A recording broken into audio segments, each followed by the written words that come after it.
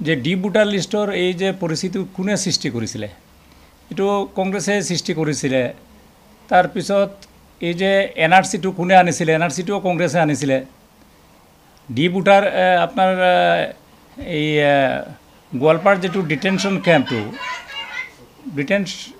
কেম্পটো কাৰ দিনত হৈছে, এইটোও কংগ্ৰেছৰ দিনত হৈছে।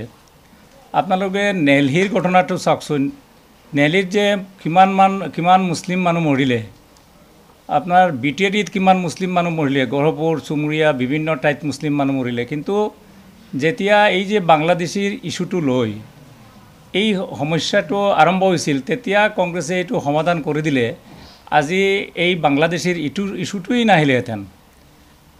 যি মানুহবোৰে আপোনাৰ নেহলিৰ ঘটনাটো কৰিলে, গহপুৰ কৰিলে, আপোনাৰ BTADত গণ্ডগোল হ'ল, কোন মানুহৰ বিচাৰ হ'ল? যি মানুহবিলাকে মানুহ মাৰিলে তেওঁলোকৰ কাৰোতো জেল হোৱা নাই। চৰকাৰ কাৰ আছিলে? কংগ্ৰেছৰ আছিলে। এই কংগ্ৰেছৰ চৰকাৰৰ দিনত, কাৰণ চৰকাৰে ইনিচিয়েটিভ ল'ব লাগে, যোনে মানুহ মাৰিছে তাৰ বিচাৰ হ'ব লাগে, তাৰ পুলিচে তাৰ ৰিপৰ্ট দিব লাগে, একো দিয়া নাই। গতিকে এটা মানুহৰ জেলো নহ'ল।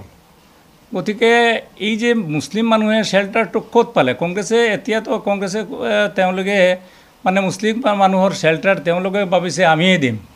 তেওঁলোকে ক'ত দিলে? ইমান দিনতো তেওঁলোকে দিয়া নাই।